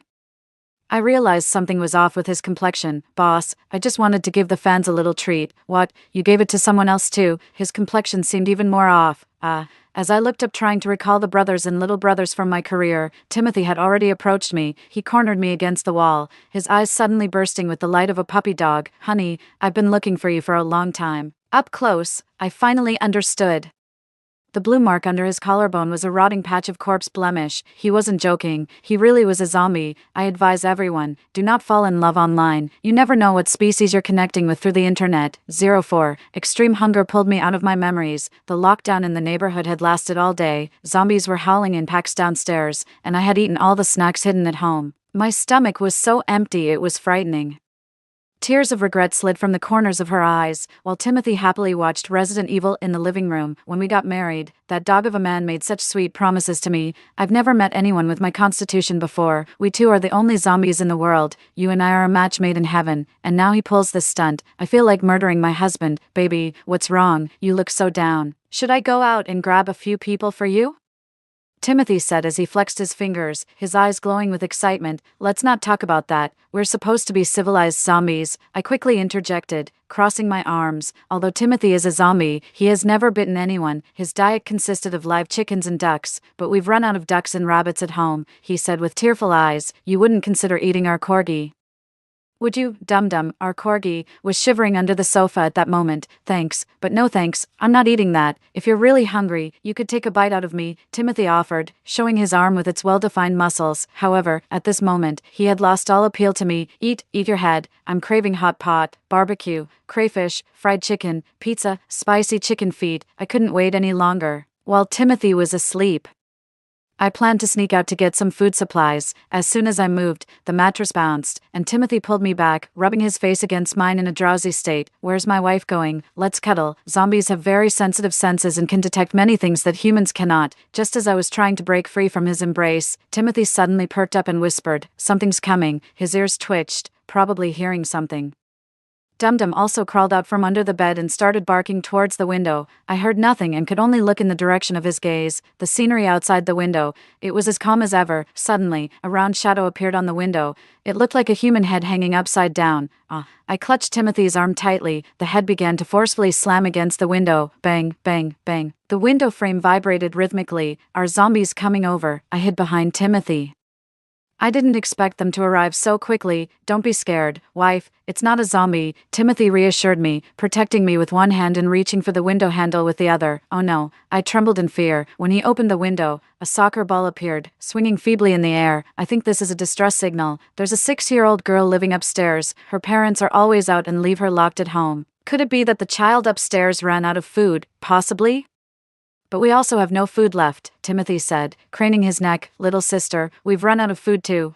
Okay, came a soft, weak voice from upstairs. Wait, I can give her a little. I remembered some snacks hidden behind the wardrobe and pulled them out. I bought these because I was feeling peckish. This is all I have left. Sob. My wife is really kind and cute, Timothy said, kissing my face 3 times. Stop kissing. Take it before I change my mind. Timothy took the snacks and looked out the window. We can just tie it to the soccer ball, right? Just as he reached out, a figure roared and grabbed his arm tightly. Our screams overlapped. Me, what's happening? A zombie got in. Him. My biceps hurt so much. My husband, a zombie, has just dragged another zombie into our home. What use do I have for this husband? The child who was just talking to us upstairs has now mutated. Her hair is disheveled, her eyes cloudy. And she's howling while staring at me. Timothy is desperately pulling on the hand of the small zombie, his body twisting like a pretzel. Honey, I didn't realize you were so flexible, I comment from 3 meters away, watching the scene unfold. Honey, do zombies fight each other too? Timothy, grimacing in pain, replies, I don't know. Besides you, this is the first zombie I've encountered. Can you beat it? Can I not beat a child? As it turns out, he couldn't. Timothy is knocked to the ground, and the small zombie starts rushing towards me. I quickly dive into a wardrobe and firmly shut the door. Outside, the sounds of a scuffle erupt. After a while, it finally goes quiet outside, and I cautiously crack open the door. Honey, sob, sob, sob. I was braced for a scene of devastation, but to my relief, both the people and the dog are intact. Hey, Timothy makes a silly face at me. Don't be scared. Honey, I immediately stop my sniffling and tears. He's so adorable. What happened? The little girl, who just a moment ago had grown fangs and claws, is now back to her cute, clueless self, playing with the dumb dog. Timothy sits down cross-legged beside me, stroking his chin. Just now, she bit my arm, and then she reverted back. I lift his arm to see, and indeed, there are 2 small dark blood holes. Could your blood be the antidote to the virus? I wonder. That would be strange indeed, although Timothy is a zombie. He never goes berserk or bites people. It turns out his blood has a special effect. For a moment, my mind races with terrifying scenarios of Timothy being taken away by a biochemical research facility, kept for research, subjected to endless tests and blood draws, until all his blood is drained. That would be great. Timothy laughs obliviously. I throw a chestnut at him, grate my foot, keep quiet and don't dare tell anyone. I quickly hand 2 lollipops to the girl upstairs. Sweetie. What's your name, sister? I'm Lauren. Lauren, you mustn't tell anyone about what happened today. Okay, sister. With the bribe complete, I feel satisfied. Just as I'm feeling smug, there's a knock at the door. Who is it? Timothy goes to answer, and I squeeze his hand, signaling him to be careful. It's okay, he reassures me and goes to open the door. A man's voice comes from outside. Delivery. The neighborhood is locked down. Where did this delivery come from? I rush to the door to stop Timothy from opening it, but I'm a step too late. The person outside has already squeezed in, and he really is a delivery guy. He looks young and naive. What's the matter? Timothy asks gently, worried the boy might be in trouble. I was delivering when I got locked out. I have nowhere to go. The boy's eyes dart around, fixating on the ground. We do have a spare room. Lauren runs out of the house, sees the boy, and immediately hides behind the dog, before I can react. The boy's voice turns into a roar. He has mutated. WTF. I quickly spring into action. Timothy steps in front of me. This boy's attacks are even more ferocious than the girl's. I rush Lauren into another room and shut the door. I went to the storage room and grabbed a baseball bat, charging forward with it in hand. Despite the zombie's strong ability to recover, I managed to force it out the door. Timothy was forcefully pushing the zombie. It seemed like it didn't intend to bite. Just continuously barking at the sky with its mouth wide open. Come on, bite me, bro. Just one bite. Are you dumb? Doesn't your arm hurt? While they were fighting, I seized the moment to open the security door. Catching my glance, Timothy forcefully pushed the zombie out. Just as the door was about to close, suddenly, the zombie turned back into a boy, kneeling on the ground, sobbing. I'm sorry. I'm so sorry. I was just too hungry. I quickly checked Timothy for any exposed bites. Nothing. This is a characteristic of this type of zombie virus. It only lasts for a few minutes, otherwise, they're indistinguishable from normal people, the boy explained through his sobs. Day 1 of the apocalypse, I sat in the living room with 3 zombies, watching the cartoon about the wolf catching sheep. Now I understand, the infected only lose their sanity briefly and recover very quickly, Timothy said, disappointed that his own blood wasn't the cure. I was relieved. I just timed it, about 20 minutes. The boy, Victor, felt very guilty about what had happened and shared everything he knew with us. If you transform more than 3 times, your body will severely degenerate, and eventually, you'll die. So, you guys are in danger then, actually. The transformation can be controlled by will, but I just came into contact with some blood in the corridor, so that means blood makes you more prone to frenzy. He spoke as if he wasn't a zombie himself. Victor nodded, falling silent. He didn't have many chances left. Timothy decided to implement a home quarantine policy. There were 2 more rooms in the house. Lauren and Victor could each stay in one, using the supplies delivered, until an official cure was developed. Timothy whispered in my ear. Anyway, we're both zombies. We're not scared, right? He had a proud little smile. You think you're so superior. That night, we sat around the dining table eating boxed meals. Because I told Timothy to pretend we were a married couple, I finally had food to eat. I was enjoying my meal when Timothy quietly moved next to me. Baby, look, don't we look like a family of 4? He propped his cheeks with his hands, staring happily at the opposite side, according to Victor. He also has a sister about the same age, so he gets along well with Lauren, creating a really warm scene. How could I possibly give birth to such a big son? I paused with my fork in hand, afraid of exposing our identities. I hadn't told Timothy yet. We'll have one in the future anyway. Timothy playfully poked my arm, his gray-blue eyes cloudy and confused, as if he was drunk. Wait, he really was drunk. What did you drink? I was thirsty just now. Had a couple of sips of water.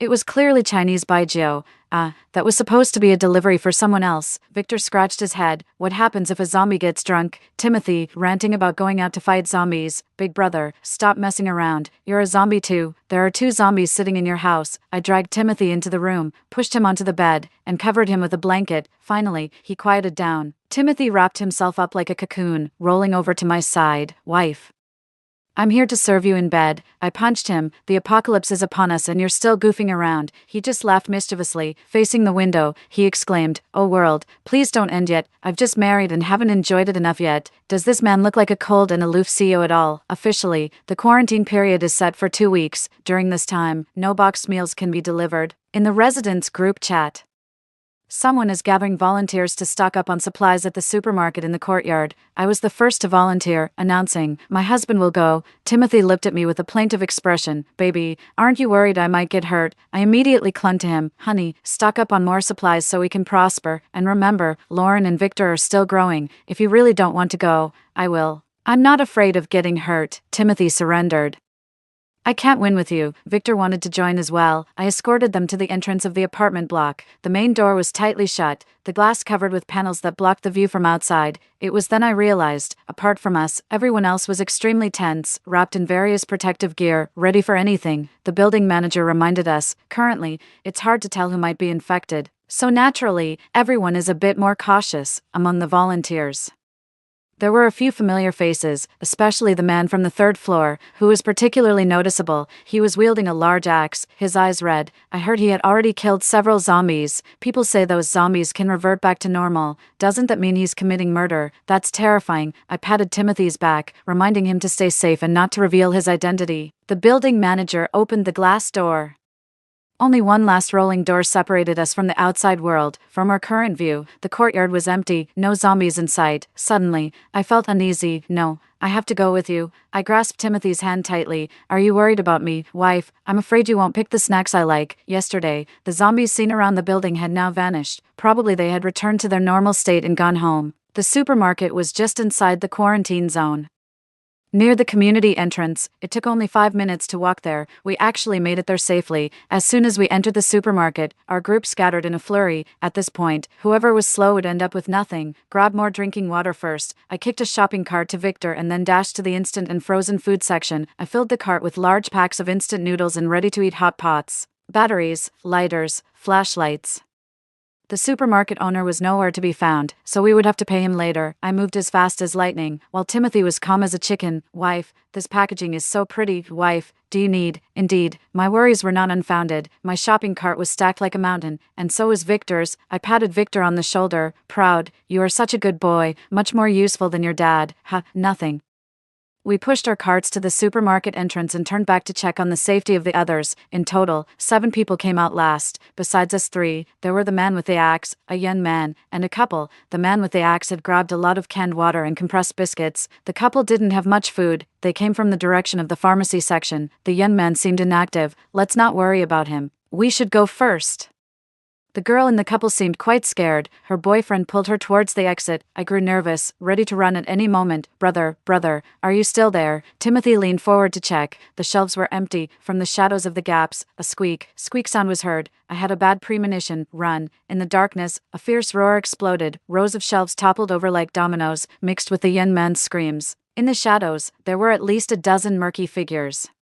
Timothy quickly pushed me out by the shoulder and then flung the shopping cart out as well. He patted my calf. Honey, run. I staggered a few steps, feeling the shadows around me blur into obscurity. Once we found a place to hide, we looked back only to find Timothy and Victor had disappeared into the swarm of zombies. 17, Timothy, Victor. I called their names softly. The girl in the couple quickly pulled at me. Don't shout, it'll provoke them. The guy leaned in. These are full-blown zombies. They've lost all humanity and are very aggressive. They seem to know a lot about zombies. Seeing my stunned expression, they introduced each other. This is William, a biologist, my husband, and this is Mila, a biochemist, my wife. They smiled at each other, their eyes almost sparkling with sweetness. These cases started appearing a month ago. We were originally doing research in the university lab and went home to get some things when our neighborhood was quarantined, Mila said, patting my shoulder. Don't worry, those who are just infected usually aren't attacked by full-blown zombies. William also gave me a knowing look. It turned out they had figured it out already. They should all be able to come back, muttered William. Outside, some of the not fully transformed infected turned back into humans and ran away. The others, losing their targets, halted in their tracks. They can't get through. The voice of Axe brother eerily emerged from behind. Before any of us could react, a grenade, thrown from his hand, exploded. You son of a 18. The explosion stunned us momentarily. In the firelight, the zombies that were idly wandering just moments ago were now groaning in pain. Fortunately, the explosion was in an open space and didn't damage the walls of the buildings. Haha, I knew it. Only fire can deal with these creatures. Axe brother laughed maniacally.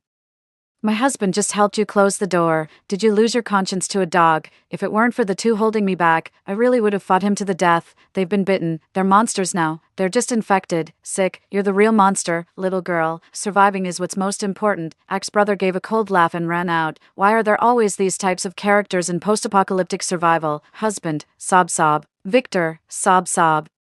William and Mila dragged me back to the entrance of the apartment building, with 2 carts of supplies. Axe brother was already out of sight. I looked at the empty yard, feeling utterly despondent. Wasn't this supposed to be a Lauren zombie story? Where's my husband? Where is he? Honey. Timothy's teasing voice rang out. Am I hallucinating from grief? I'm back. No, it really was him. 19, in the distance.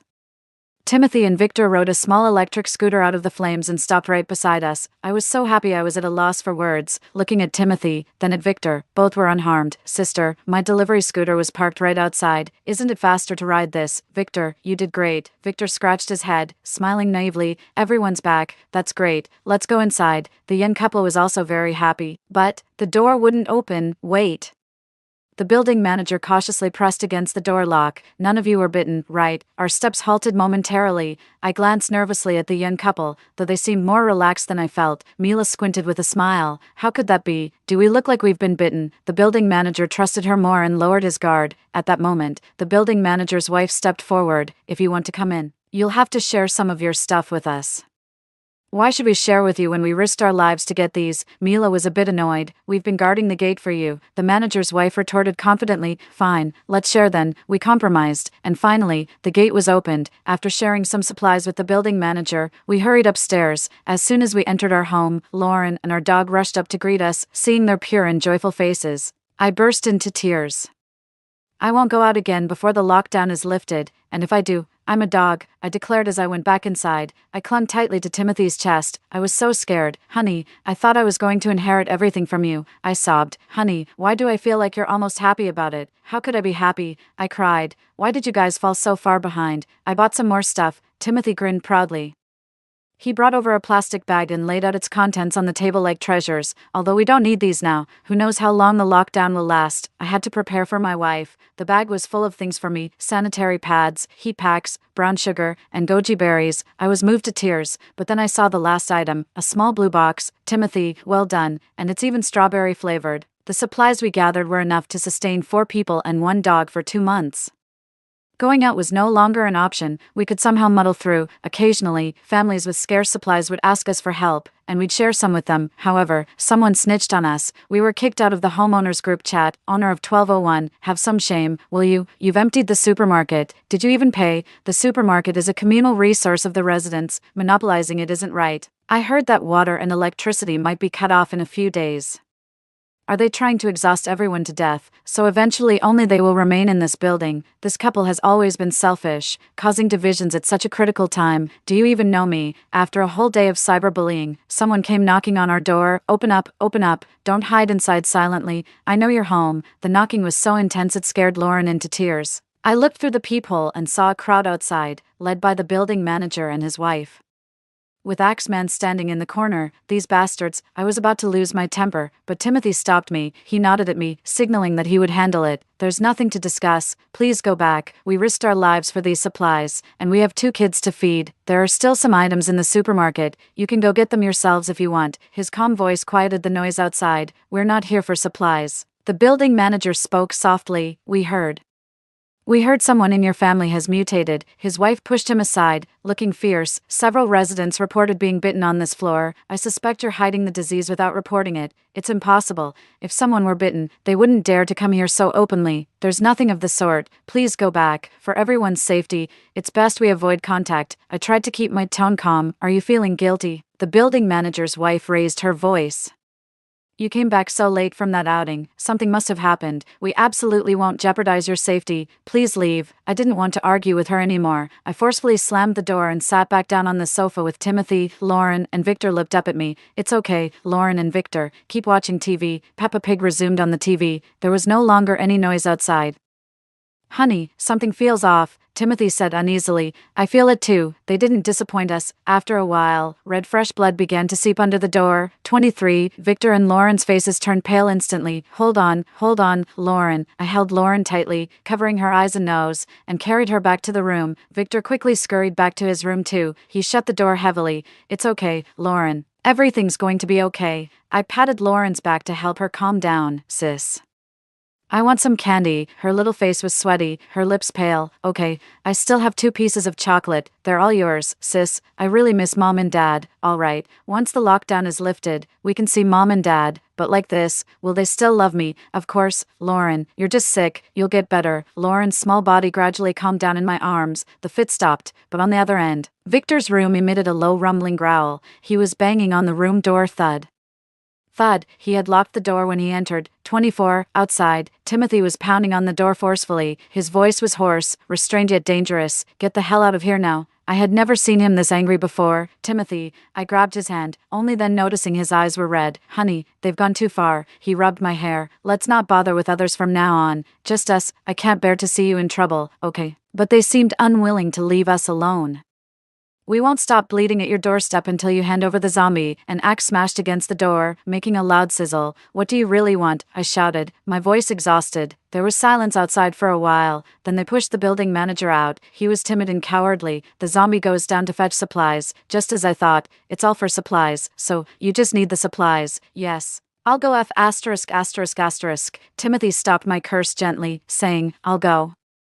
First thing tomorrow morning, 25, at night, Lauren was too scared to sleep alone, so she ran into our room. I held her and soothed her to sleep. Victor's incessant mumbling came from next door. Let's keep Victor. Maybe there will be a cure in the future. Timothy was very quiet today, scared. No. He turned to embrace me. Allison, I want to confess something to you. It had been a long time since he called me by my name. What? I've bitten someone before. Timothy's gaze shifted away from me, casting to a corner of the room. It was a girl. He panicked. But don't worry, I just bit her arm, didn't touch anywhere else. Okay, I got it. It's all right. I hugged him back, patting his head. I actually knew about it long ago, because the person Timothy bit was me, and he was lying. He was both kissing and hugging me, biting me not just once but twice. I discovered Timothy's zombie identity earlier than he might have imagined, at that time. I had only been with the company for a year. I held a pure admiration for the big boss. I finally got a chance to travel with his team on a business trip, but I was assigned to do odd jobs and didn't even get to meet him. However, in the dead of night, I received a call from Timothy, his heavy breathing coming through the receiver. Come to my room. Could this be my lucky break? Although I just wanted to observe him from a distance, I couldn't resist such a direct invitation. I didn't expect that upon entering, I would see his blood-covered corpse. It was definitely a corpse. I checked. There was no breathing. A metal rod protruding from the bathroom had pierced below his collarbone, causing a fatal, volcano-shaped wound. He must have faced an emergency and randomly dialed my number. My pupils dilated in shock as I tried to crawl away. I hadn't crawled far when Timothy suddenly opened his eyes. He lunged at me. Ah! I blocked my neck with my arm, which he bit down on tightly. I closed my eyes. That's it. I thought I was done for. A mild pain spread through my arm. A hot, soft sensation enveloped me. I sneakily opened my eyes. Why was he biting me and then blowing into my ear? I timidly asked, "Is this an April Fool's joke?" But there was no response. Timothy had fainted. The next day when I saw him again, Timothy acted as if nothing had happened. There was not a trace of blood on his clothes or in his room. I always thought that everything that day was just a dream, until I saw a scar identical to mine. The bite from Timothy never fully healed. I tattooed a small rabbit over it. Now, the rabbit was being held in Timothy's embrace. He was asleep, outside. The moon hung brightly. Everything was peaceful and beautiful. Dare the world try to destroy this. Tomorrow, we both must live. I still have to create a family of 4 with Timothy, and 4 generations living together. The next morning, the young couple from before contacted me. It turns out, a few days ago someone irresponsibly left the building entrance open. Now everything below the 4th floor was overrun. There were masses of zombies below, but only a security door held them back. No wonder no one dared to go out for supplies, leaving us to bear the brunt. William had once studied the blueprints of the underground parking garage and showed us a safe route. Timothy didn't want me to go. I clung to him, refusing to let go. Honey. Honey, stop it. Wife, honey, honey. I squeezed out a couple of tears. Humph. Could Timothy really resist this? As it turned out, he could. Timothy tied me up and left me in the room. Stay here. Wait for my return. He kissed my forehead. Don't worry. I can't bear to die. I had a feeling that Timothy needed me, so I freed myself from the blankets and quietly followed him. The stairwell was eerily quiet. I could only hear my own breathing. I dared not take the elevator, for the small space would leave no escape in case of a fight. Descending to the 5th floor, suddenly a scream came from below. Before I could flee, 2 indistinguishable figures ran up. It was a zombie gnawing on a man's shoulder. I kept backing away. "Are you okay?" The bitten man, with tears in his eyes, replied. "Do I look okay to you? Did you see a tall, handsome man go by?" "You mean the one dressed in a gray tracksuit, with a stern, ascetic look?" "Yes." He left with a man and a woman. The man, distracted by the zombie on his shoulder, swayed around. "You should head downstairs. The door's open and it's clean." Timothy had left with a man and a woman. It must have been William and Mila, the married couple. "Thanks." I gripped the baseball bat in my hand. "Do you need my help hitting her?" The man waved his hand with a smile. "No need. She's my wife." The long-haired zombie looked up at me, flashing a bloody grin. May you have children soon?" I moved past them and continued running downstairs. The man was right. The entire 4th floor was spotless. Everything felt deliberately cleaned up. I went down to the sub-level. The elevator was broken and stopped here, leaving a large pool of blood inside.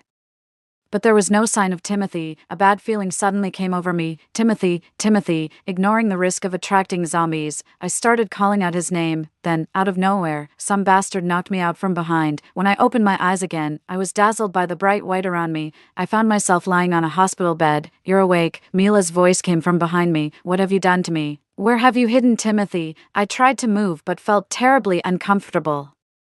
Mila ignored my question, coldly reciting my personal information. Sophia, 28 years old, a broadcaster by profession, married, husband's name Timothy, infected with the virus about 2 years ago, no symptoms appeared, initially assessed as an antibody carrier. Mila, in a lab coat, was followed by several others. Her confident smile reminded me of the time she helped us cover up. I suddenly realized something. Mila leaned down, whispering in my ear. "I noticed that day. Your husband is a special kind of zombie. We originally just wanted to capture him, but you came right to us. Very good. You are what we were actually looking for. Was it you who incited them to cause trouble, forcing us out? I thought you were the good guys. We are the good guys. Indeed, we've been looking for a cure, and now, we might have just found it. I'm the cure. Just my luck. Constant tests, draining my blood. Can I see Timothy one last time? I'm afraid that's not possible." Mila's smile twisted. "He's already been sent to the zombie isolation area. He must have turned into a monster by now." I wanted to save my husband and suddenly felt a surge of energy. I jumped up with a click-click sound, but they had guns. I lay down again. "Damn." Mila pressed down on my head. "I suggest you don't struggle needlessly. If you cooperate with us, your husband might suffer less." She turned on the TV on the wall. It showed surveillance footage of a large factory.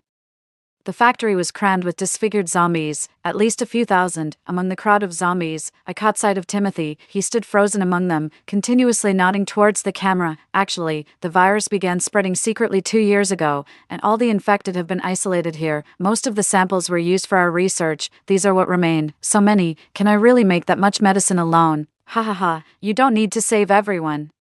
Just saving a part of the population is enough, a part of the population. Which people? The rich, the powerful, also, the smart ones. Mila stepped aside, revealing the hospital bed behind her. On the bed lay William, deep in slumber. Mila swung her knife, slashing forcefully across his shoulder. Blood gushed out and stained the bed. In an instant, the wound healed. Has William been infected? Blood stained Mila's fingers. She touched William's face, a manic smile spreading across her face. He'll get better. To her, the lives of millions didn't compare to the life of her loved one. The same went for me, so I said, I can cooperate with you. Can you let my husband go? Mila relaxed a bit. He's a zombie. He'd be killed if he went outside. Timothy has a six-pack. He won't be taken down that easily. He's also very wealthy, and he's the male protagonist. What are you trying to say? I casually crossed my legs. Looking composed. Nothing. Just a reminder. This is a zombie story by Lauren. Before Mila could react, the window exploded. A horde of zombies, or rather, indestructible strong men, stormed in. I quickly dove under the bed. Gunshots rang out. The team stood unflinching. The armed guards in the room ran out of ammunition and stood in shock. Mila was pinned down by several men, lying on the floor, not daring to move. After the smoke from the gunpowder cleared, a row of gray shadows stood erect. Then, I heard the voice I had longed for, wife. The smoke cleared. Timothy stood behind the wall, legs crossed, leaning against the window frame. He said, I've been looking for you for a long time. Being captured by Mila was actually part of Timothy's plan. That day, Brother Axe had tipped him off, revealing that it was Mila and her group who had betrayed us, so he decided to go out and investigate. He initially just wanted to teach them a lesson to ensure our safety, but he accidentally uncovered their conspiracy hiding here. Timothy wanted to gather complete evidence before returning. My following him was an unexpected variable, but also anticipated. Thus, he teamed up with a few not fully mutated infected and launched a counterattack. At first, I didn't understand what was happening, until Timothy gave me a nodding signal. He said he'd handle everything. Even so, I still had many questions. Weren't you just crazily nodding over there, looking not so smart? How did you get here so quickly? Cough. What kind of company do I run? I'm good at making fake videos. Oh, and how could Brother Axe possibly tip you off? To him, his own life is the most important. So I told him what? My wife is a cure. You can take a bite. Deserves a smack. But he knew I was the cure.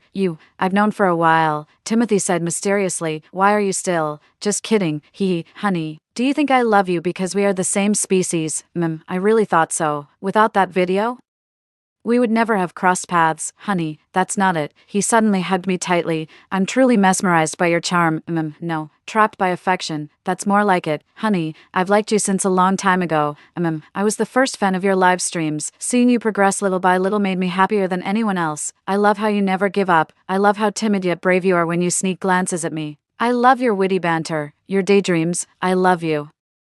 I can't hold back anymore. I need to kiss this man. And just like that, I kissed him. Smooch. Timothy froze for a moment, staring at me. His warm fingers climbed up to my neck. His lips swiftly and fiercely hit the target, stealing my breath away. Softly, murmurs of gurgle gurgle echoed around. How lovely. I should be under the car, not here. I miss my wife. Shall we go? I had never thought before. The rolling sands of the abandoned factory and the kisses seemed so fitting, breathless.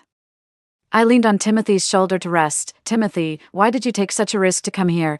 Let me think. I looked up at him earnestly, pondering. If they are only seen as monsters, and only a few survive, how far can the world be from destruction? If the world is coming to an end, how can we grow old together? So, for you, I want to save the whole world. Something melted inside my heart. I squeezed his hand tightly. Me too. For you, I want to save the whole world. After settling Lauren Victor and the clumsy one at home, I prepared to go to the relevant department to expose myself as an antibody carrier. Timothy, holding my hand, nagged, Honey, do you really want to go? Going, aren't you afraid they'll drain your blood? Isn't it you who said about saving the world? Good wife, I support you. We finally reached our destination after much hardship. It turned out to be just across from our neighborhood. Only then did we discover that there were already a bunch of antibody carriers here. Researchers were working day and night to find a specific cure. Timothy and I moved into the live specimen building of the Key Laboratory as a typical example of recovery. Timothy was asked to write a self-report detailing the process of infection, symptoms, and recovery. Thinking back to the day of infection, I felt a bit embarrassed. You must have been quite confused then. Should I help you write it? He gestured grandly. No need. Later, his self-report spread widely throughout the district. The content was, well, rather explicit. Timothy was overjoyed. Honey, this is sacrificing for the world. 5 days later, a traditional Chinese medicine appeared that could alleviate madness. 2 weeks later, a vaccine was also developed. 6 months later, a specific drug finally arrived. More and more people, including me and Timothy, returned to their families. Damaged buildings were repaired. Those who took advantage of the chaos were judged. A year later, the world slowly returned to its normal functioning. I hugged Timothy, enjoying the breeze. Both body and mind delighted. Look, the world hasn't ended yet. Alright, next up, growing old together, Timothy pulled me onto his lap, and a family of 4, with 4 generations under one roof. The end. Wedding side story. Hello everyone, I'm Lauren, the child from another family. I'm so happy, my illness has been cured, and I can finally go to elementary school. Mom and Dad came home too, and they said they'll spend more time with me from now on. Upstairs, big brother Timothy and big sister Sophia are planning to have a proper wedding ceremony. They asked me to be the flower girl, and big brother Victor to be the best man. Although Victor's illness is also cured, he has a large wound that still bleeds often, so he's always worried about not being able to find a girlfriend. Big sister Sophia told him not to worry, she's found several beautiful ladies to be bridesmaids. I hope that silly Victor finds the bitterness of love soon. On the day of the wedding, I arrived at brother and sister's house early in the morning. Strangely, big brother Timothy was standing at the door with a tense face. I thought he was just nervous, but inside, big sister also had a serious expression. Her beautiful wedding dress was tossed aside, stained with blood at the front. Their expressions reminded me of myself when I scored 30 on a test, and how my mom looked when she saw my report card. Big sister with hands on her hips. Do you realize what you did wrong? Big brother with a look of grievance. I know I did wrong, honey. I told you not to hug me. Your wound could bleed onto the wedding dress, and it would be awful. But honey, you were too beautiful. I couldn't help myself. So what do we do now? Big brother Timothy was at a loss for words and continued to be punished by standing. I raised my hand. How about, dye it all red? I'm such a clever little devil. And then, big sister got married in that red wedding dress. She was so beautiful. Prettier than any bride I've ever seen. Because big brother was alternately laughing so hard his mouth stretched to his ears and then crying his eyes out. I won't compliment him too much. Many uncles and aunts who had been sick before also came to the wedding. They said that big brother Timothy and big sister Sophia saved their lives. I know they saved mine too, so I also left them a little blessing. I heard from the adults that kids jumping on the newlyweds' bed is a magical way to create babies, so I invited the whole class of kids to come. I don't know if it will be too much for big sister, but big brother Timothy seemed really happy. I think I'll have little nieces or nephews very soon.